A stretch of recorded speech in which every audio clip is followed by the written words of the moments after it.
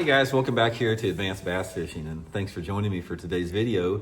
Guys, today we're going to be talking about one of my favorite early spring lures during the pre-spawn and even in the spawn time of the year, and that's just the old shaky head. What I'm going to do is I've got a sort of a system that I put together that works for me, and I'm going to talk about the three primary lures that I use with my shaky head setup in terms of the diameter and size of the worm, and sort of talk a little bit about when I use each one of those, and then talk a little bit about what I like to fish it around. Because I tell you what, guys, it's like if you could give me one lure to fish pretty much all year long, it would be a shaky head as far as being consistent. But in the pre-spawn period, like during from about mid-March into about the first part of May, during the pre-spawn and the spawn, a shaky head, in my opinion, is the #1 lure. It catches a lot of bass, it catches big fish, it works about anywhere that you want to fish it. Super deadly. And like I said, I've got 3 different setups I want to share with you guys in today's video. I know it's going to add up to some good fish for you guys. Also, guys, real quick before we get started, springtime, you know, it rains a ton in the spring. And guys, if you're like me, I have gotten where I never could find a rain suit that kept me dry. It's like every rain suit that I've ever had in my life, it got my crotch wet, it get my wrists wet, like my arms, and I could just never find one until, guys, I started using, this is that Simms Pro Dry rain gear. This is the only rain suit. I've been using it for about a year now. It keeps me bone dry. Guys have told me about this thing forever, and I just never did get one. But I got one at Tackle Warehouse, guys. I'll put the Simms Pro Dry rain gear link in my Tackle Warehouse link in the description of this video. They're a little pricey. I'm not going to lie to you. They're a little bit pricey, but guys, they will keep you dry and they will last forever. So if you're sick of getting wet in the boat, guys, try this Simms Pro Dry rain gear. Comes in this color here in black, and I absolutely love the thing, guys. I know you'll be happy with it. It's just the only suit I've ever had that kept me dry, so I just wanted to let you know the link's in the description for that. Okay. Shaky head fishing in the springtime of the year. Absolutely love it. It's one of my favorite techniques, so consistent. And I've got 3 different worms that I use that I really want to talk about in today's video. And I'll link each one of these again in my Tackle Warehouse link along with the head. And I sort of explain to you guys the worm that I use and when. So let's get into that. Okay, first one, guys, that I use. A lot of people don't use this, but guys, it is freaking deadly. This is the Zoom Magnum Shaky Tail worm. It's like a trick worm, but it comes down to like a small point here. Guys, this worm right here, I catch a ton of fish on it. You know, it's about an 8-inch worm out of the package. Most of the time I will bite it down. I'll take, you know, I'll come in about like that with it and make it like a, you know, about a 6-7-inch worm, something like that. But guys, I catch a ton of fish on this Magnum Shaky Tail worm right here. It's just an awesome bait to get a lot of bites on. And the shaky tail worm, guys, it works good in clear water situations. It is a smaller diameter worm, so it's a little bit more, you know, subtle. But the thing about it that I like about it is it's a large profile worm before you cut it down.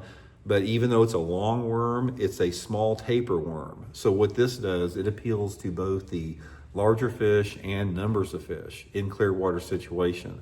So this is a worm that I really like to fish, especially if the fish are a little bit deeper. And, you know, if that water visibility is pretty much over about 3.5 or 4 feet. You know, for the shaky tail, the Magnum Shaky Tail, I really like that water visibility, 4 to 6 foot clarity, something like that. But I catch a bunch of fish on this particular worm here. Okay, the next one I use, and this is just the sort of standard that works day in and day out, is a 4-inch Zoom finesse worm.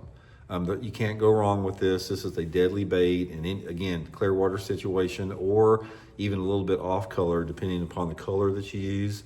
But the 4-inch finesse worm, guys, this is a bait that I use a lot if I'm fishing a lake that has a mixed species, like that's got a decent spotted bass population. If you guys fish like the Ozark lakes that I do, Lake Lanier in Georgia, Lake Norman in North Carolina, those lakes that have quite a few spotted bass or even smallmouth, the spotted bass always, you know, prefer a little bit of smaller worm. Smith Lake in Alabama would be a perfect example with this. So if I'm fishing a spotted bass heavy lake, I'll go to the 4-inch finesse worm. Or if it's extremely tough fishing, say Say for example, you got a lake that gets a ton of fishing pressure and you got a post front situation, it's clear water, it's bright sun, you can always downsize to a little 4-inch worm and catch more. And the third one that I use, guys, and this is probably, if I can get them to bite this is the one I use because I can catch bigger fish on it, is a 6-inch soft plastic stick bait. This is the Zoom's Linky here. You can use a Yamamoto or whatever, but the soft plastic stick bait is a larger diameter worm, and you're not, you don't get me wrong, you can get a lot of bites on it. I've had days where I've caught 50 on the thing, but it's going to get you a bigger bite, especially during the pre-spawn. So this is my first choice, soft plastic stick bait, if I can get them to bite it. And if the fishing's tougher, I'll use the finesse worm or the Magnum Shaky tail with it. But all these have their time and place depending upon the situations. This is the one I also like if the water's a little bit cooler. Let's say, for example, the water's in the mid-50s. That's about when I first start fishing a shaky head. I'll always go to the larger diameter bait with that. And then as the conditions get a little bit tougher, like later in the spring, that's when I go to the Magnum Shaky tail and the smaller diameter, because as the season progresses throughout the spring, the fish get more wary. A lot of people fish in the spring, a lot of fishing pressure in the springtime of the year, and you'll notice that they'll bite the bigger, fatter worm early in the season, and then by the end of the season, you're down to a little 4-inch or something like that. So that's the 3 worms that I use. Now, the head is real critical, guys. This is the head I use. I've talked about it before. This is the Gamakatsu Tricky head. These things are on back order at Tackle Warehouse. You can still get them. You just have to wait on your back order. But one of the big keys, and if I could pass along one piece of advice in this video that's going to help you out, is go to the 1/16 ounce size. This is a 16th ounce head. Most people never use a 16th of an ounce head. They use like an 1/8 ounce or even a quarter or 3/16. I can assure you in the pre-spawn time of the year and the spawn, you're going to get a lot more bites on the light head, because the rate of fall on this thing is just appealing to the fish. It glides, and you can control that glide a little bit more than if you have a heavier head. If you've got a heavier head on there, it's just going to drop like this. But with the 16th, you can actually pull it a little bit and get it to glide like that. And when you pull it up off the bottom, it glides down slow. So that's the setup I use, the little 16th of an ounce head. And don't get me wrong, guys, you can fish this thing deep. I'll use a 16th of an ounce head a lot of times, like here on Table Rock Lake, because we have, in the springtime of the year, with the clear water on Table Rock, I catch fish down to 20 foot deep, right in the middle of the spawn. A lot of the spotted bass on Table Rock Lake will spawn in 10 or 20 foot of water because it's so clear. So you can fish a 16th ounce, especially on the bulkier soft plastic stick bait, and not have any problem at all. The only time that I go up to an 1/8 ounce, and that's about the heaviest I use, I don't even own anything over an 1/8 ounce on a shaky head, is if it's windy. If the wind's blowing 10 or 20 miles an hour, I'll put an 1/8 ounce head on it. But other than that, the 16th ounce is going to be very, very productive with you. Now the colors sort of vary. It's like, I use a lot of different colors in a shaky head, because I'll use some dark colors if the water is a little bit more off colored. I like a black shaky head. If you've got water visibility that's like less than 2 foot or something like that, that 1 to 2 foot zone, you can still catch a lot of fish on a shaky head with a black worm. So like a black trick worm, I catch a lot of them on. But other than that, the 2 colors that I use are watermelon and green pumpkin, sometimes with a mix of flake in it. But my go-to rule of thumb as far as when I prefer a watermelon or green pumpkin is about water clarity. If the water clarity is between, say, 2 to 4 foot, I'm usually using a green pumpkin because it stands out a little bit more. It's a little bit darker. And if the water is real clear, like over 4 foot of visibility, I go to a watermelon. I get a lot of bites on a watermelon.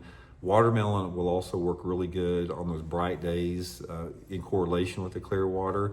And then I usually also always use some type of little dye on the tail. I don't, maybe not put much on it, but I put just a little bit of dye with it. Just even in clear water, it just seems like you can put just a little bit of puff, just a tiny bit of chartreuse marking pen dye on the tail. It helps out. And then, guys, always use scent. I've been using this bait pop here. This is absolutely my favorite scent that I've ever used. I'll link this bait pop link in the description of the video if you want to try it.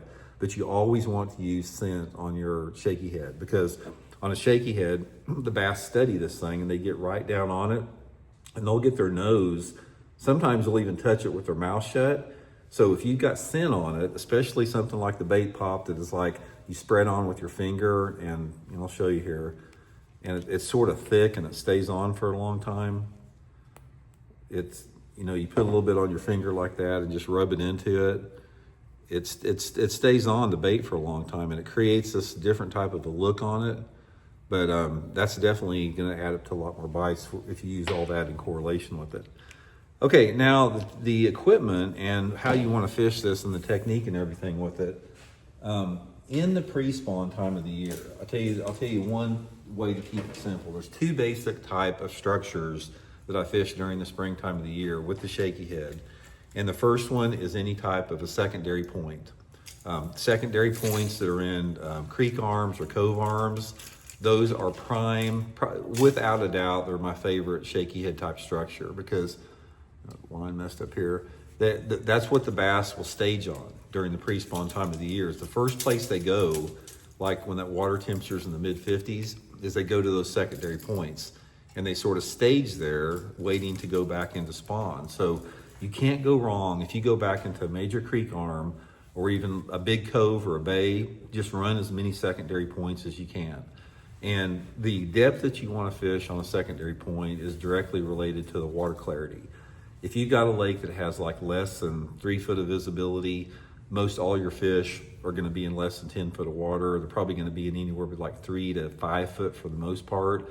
But if you've got clear water, like water visibility over 4 feet, don't hesitate to fish down to 20, 25 foot, because on those secondary points is you're going to have these fish staging there. And even though, like, say for example, it's the first part of April and you got some fish that are actually building beds and nesting in a cove nearby a secondary point, there's going to be some fish that are still in a pre-spawn period, and they'll be out deeper on those points waiting to move up. So fish down to 25 feet or so in clear water on those secondary points. And the other structure that I fish are basically any type of area where I think those fish are going to be spawning at. I'm not looking for beds. I'm just fishing the type of water where those fish are moving into the bed. So I'll start out on secondary points, especially in pre-spawn when the water temperature is under 60 degrees. That's my main structure. Once that water temperature gets over 60 degrees, usually in April, I start moving into the flatter coves where I feel the fish are going to spawn. I'll go back about maybe halfway back in the cove, and I'll just slowly work all the way to the back and out the other side, concentrating on halfway into the cove to all the way back. And it doesn't make any difference what cover you have. It could be bare bank, it could be clay, it could be sand, it could be whatever. I'm gonna fish whatever cover I have available, and I'm gonna concentrate in 10 feet of water or less, even clear water. So I'll just go down through there, methodically pick apart, every inch of it in those coves. Now, how you want to work a shaky head, this is another thing about it. Let me show you how I like to work a shaky head. I'll throw it out there, let it hit the bottom, and then when it hits the bottom, I'm going to shake it like that without, reeling the handle. I'm just going to shake it just like that, and then I'm just going to pull it like that. I'm going to take up the slack a little bit, shake it maybe 5 or 10 times like that, and just drag it and pull it. I'm not like hopping it. I want to drag that shaky head along the bottom and then just pull it. And by dragging it, that's, the only time that you're reeling the handle is when you're taking up the slack after you drag it like that. But I have found out in all of the ways that I fish a shaky head, that's the way I do it. So I can almost do it blindfolded. I'll throw it out there, shake it like that, take that slack, shake it like that, pull up the slack. Very easy to do. Now, the bite on a shaky head, usually it's going to be pretty subtle. You're not going to get a strong bite because anytime that you're dragging a bait, the fish don't hit it real hard. So what you're going to have is when you're shaking it like that and you begin to pull it, a lot of times you'll feel something. It's like as you're pulling that rod back, you'll feel some resistance on there, and you may not feel anything that feels like a fish on there. It just maybe it feels like something's just getting heavy a little bit, or sometimes it feels like you lose contact with the bait. And if you feel something like that, because a lot of times with the shaky head, you get fooled a lot. You don't know if it's a stick or a rock or something like that. So don't feel like you got to get in a big hurry. When you pull up like that and you say, something doesn't feel right. That feels like that could be a fish or something. All you have to do, guys, is just reel down to it and get your line tight and leave it. Because if it's a fish, the fish is gonna start moving with the bait, or you're gonna feel something on there. And once you do feel that, okay, I've got a bite, there's a fish moving with this thing, again, there's no big hurry, just reel down to it like that, tighten your line up a little bit and just pull back and start reeling at the same time. You don't wanna like set the hook on a shaky head. Just pull back and start reeling and keep reeling, get them to the boat as quick as they can. And most of the time I'm using anywhere between 6 to 10 pound test Seaguar Vizex fluorocarbon. If I'm fishing the little 4-inch model like the finesse worm and it's clear and it's tough and I'm using a light head, then I'll use the 6 pound test. And a lot of times if I'm fishing a little shallower, I'll go up to 10 pound test with like the big soft plastic stick bait, or like say if I'm skipping it underneath a dock or something like that, I'll use 10 pound test. But probably my favorite, if I can get away with it, is 8 pound test with that whole setup there. But I use it all. I mean, during the course of the spring, I'll use 6, 8, and 10 pretty much in equal, amounts depending upon, the worm that I'm using and the depth that I'm fishing. So anyway, guys, that's just a little shaky head tutorial. If you haven't used it, try it, man. It's a great way to catch fish. Hope it helps you guys out. We'll talk later.